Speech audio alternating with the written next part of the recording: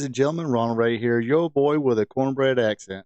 Welcome you to this week's episode of AEW Dynamite Recap Show. Yes, I've been kind of not been doing too well this week, and that's the reason not as much or not as much content this week. Didn't have no WWE Raw review and haven't seen Raw yet. Like I said, I've been feeling a little under the weather, but trying to get right back into it on this Thursday.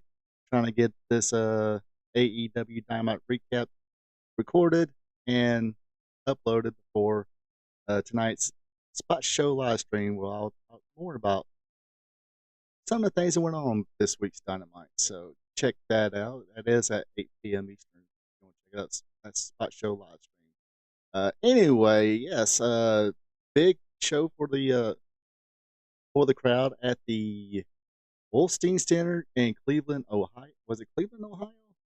Yeah, Cleveland, Ohio. They got to see Orange Cassidy. He had a little serious moment. We'll talk about that later. Adam Cole went up against Buddy Matthews, excuse me. World Tag Team Title match. The Young Bucks defending the championship against Private Party, who was kind of defending their tag team. Because if Private Party loses, they have to split up. So more on that later. Then we got Camille versus Chris Statlander. And the main event was Swerve Strickland versus Shelton Benjamin.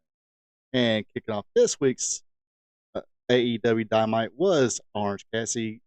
He comes out as the highlights from last week's show was playing. He told people to shut that off. He came to the ring, no music. Like I said, a little bit of a serious side to Orange Cassidy. He talked about how he tried to save Chuck Taylor. And when he was in the ring, he seen he was surrounded by the future of AEW, a bunch of young guys. He said they need AEW. He needs AEW. And he wants to go at this alone with Jon Moxley. And he challenged Jon Moxley for the AEW championship. Also said Jon Moxley doesn't need AEW. True. But yeah, he challenged Moxley, and I believe that has been signed. Full Gear, it will be Orange Cassidy against Jon Moxley. All right, first match of the night was Adam Cole versus Buddy Matthews. Was surprised we got an actual, we actually got a lockup, collar and elbow tie up, and a little filling out process. Pretty good match so far at this point. Adam got sent to the apron, dropped down on the floor, sold his ankle as if he re-entered it. Pretty good. I dug it. Matthew scored a field goal. Then he got the picture-in-picture advantage. Cole started a comeback after rolling out of a suplex neckbreaker. Out of a superplex from Buddy Matthews. Matthews retaliated with multiple leg DDTs and rammed his ankle against the post. Looked like that was it. Trainer came down. They helped Adam Cole up. Looked like he was going to the back, but Buddy Matthews challenged his manhood, so to speak. Called his punk card. And he said, the old Adam Cole wouldn't run away. So Buddy Matthews is kind of saying, "Yeah, you're a fragile little boy now." But Adam Cole did come down. Buddy Matthews was able to get a 2 count from a curb stomp. This is pretty much where they lost me in the match. He would hit another curb stomp for 1 count. Adam Cole jumped up as if he was Hulk Hogan. He comes back, Panama Sunrise in the ring, and another one outside on the floor. The boom for the win, and Adam Cole wins it. They shake hands. Adam Cole said, "Hey, thank you, Buddy Matthews, for bringing out the old Adam Cole." Power outage a little bit. Lights went out. When it came back on, it was Malachi Black.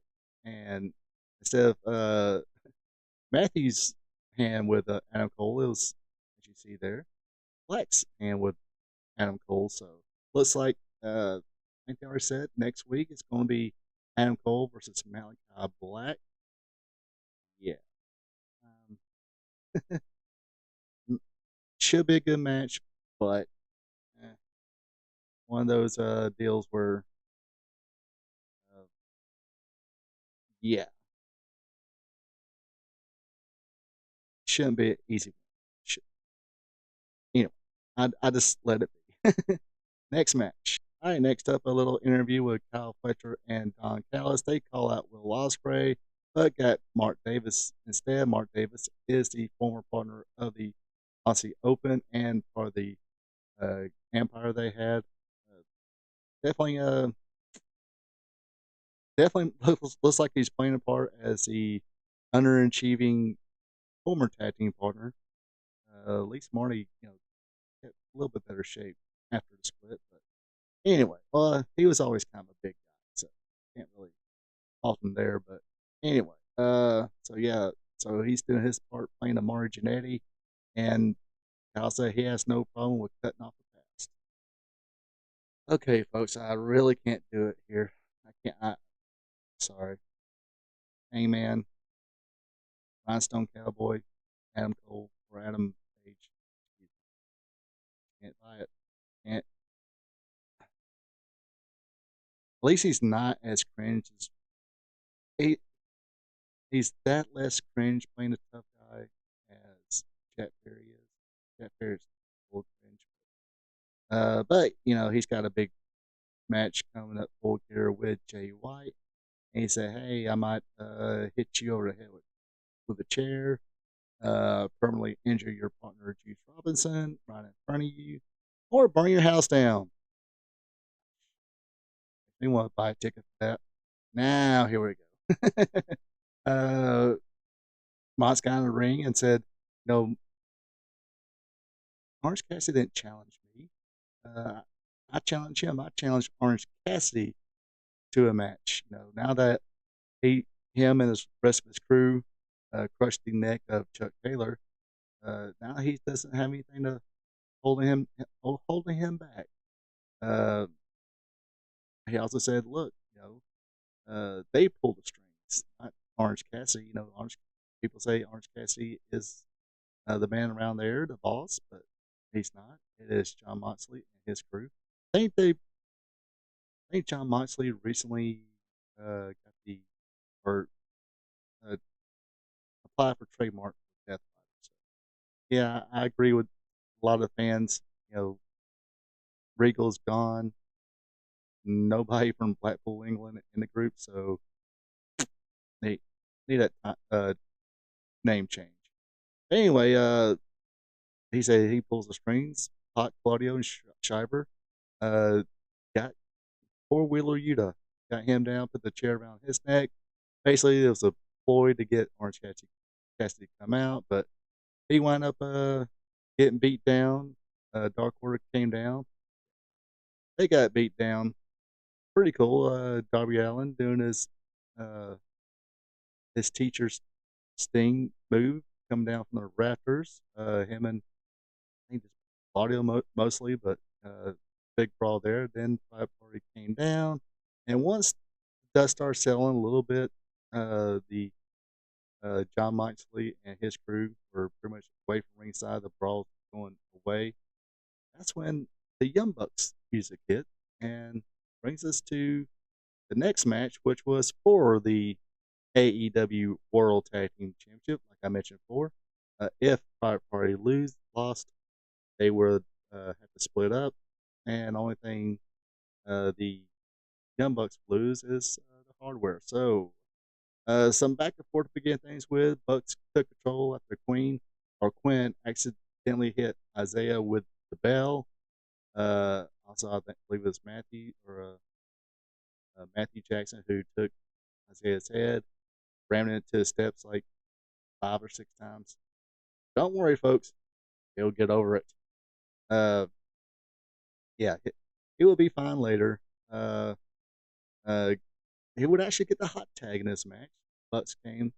Then they dragged Quinn to the entrance. Okada Tombstone Pile Drive win on the you know entrance floor. So, but don't worry, he'll be okay too. Because after Isaiah kicked out of all the finishers the Young Bucks had in their arsenal, except for the last one when Quinn made the save, they got uh, Nicholas Jackson out of the way, gin and juice on Matthew, 1, 2, 3, and we got brand new AEW Tag Team Champions, and that is Private Party. Crowd was wasn't they bought into it. Pretty good little angle here. Uh, Trying to get another tag team over, no big deal. But that's I would say some more deserving than others, or could be more over than them. Uh, be interesting to see for the weeks to come how the crowd reacts to the new World Tag Team Champions of AEW, the Private Party. All right, next up is Camille versus Chris Statlander. Camille would take advantage after guillotine or hot shotting Statlander's neck against the ropes, but Statlander would come back, some back and forth. Statlander would win with her cradle tombstone pile driver. Mercedes Monet not happy at all about this, and she nails Chris Statlander from behind with the TBS Championship. Skulls just tells Camille, leave, get to the back. Then I thought she was going to do more damage, but she just gets, flashing the belt, pulling Chris Statlander's hair back, and basically says, anyway. So basically, I guess this is setting up Chris Statlander versus Mercedes Monet. What do you guys think? Think she's going to just be? Think Chris Statlander's just going to be another notch in Mercedes Monet's belt, or maybe do a little business here, put Chris Statlander over? Let me know in the comments. All right, here we go. It is main event time. A little back and forth action between Shelton Benjamin and Swerve Strickland to start out their match. Shelton would take over after he over the head, belly to belly on Swerve Strickland, throwing him out of the ring, doing that move. Benjamin would cut off Swerve plenty of times. Swerve trying to battle back, but Shelton was right there to cut him off. Some good cut offs there. But Swerve wound up making a big comeback. A little bit more back and forth, but looked like it was going to be curtains when looked like Shelton Benjamin off the ropes. It's going to go for suplex or some kind of avalanche suplex off the ropes, but Swerve Strickland wiggled out of it, nailed a sit down power bomb, got back to the top rope, Swerve stomp 1, 2, 3. Swerve Strickland wins. Hey, Swerve's their guy. Shelton's, WWE guy.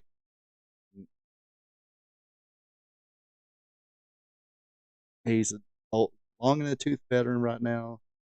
Swerve's being built up, but MVP, he did his best Paul Heyman or Paul E. Dangerously impression. Got on the phone, made a call, and who did he call? The Almighty. Yes. Bobby Lashley made his debut. Got face to face with Swerve Strickland. Then Swerve got a little distracted by Benjamin, but Benjamin and Bobby Lashley beat him down. Some people or the security trying to save him, but Benjamin and MVP swallowed those folks away. I guess they just call it Full Nelson. I guess they won't call it Hurt Lock, maybe because they don't have a trademark. So it might be just a Full Nelson for now until otherwise. Until otherwise, to say that. Then after they beat down Swerve, smacked Prince Nana around a little bit. MVP got on the mic and said, "Look who's back in business," and that pretty much got a pretty good pop. When MVP said that, lukewarm reaction with Bobby Lashley. Pretty good ovation, but not a huge pop. Like I said, MVP saying, "Look who's back in business," got a bigger pop than uh, this Lashley coming out. I think people like to hurt business, so kind of figure out who's going to be maybe a third member or two more members.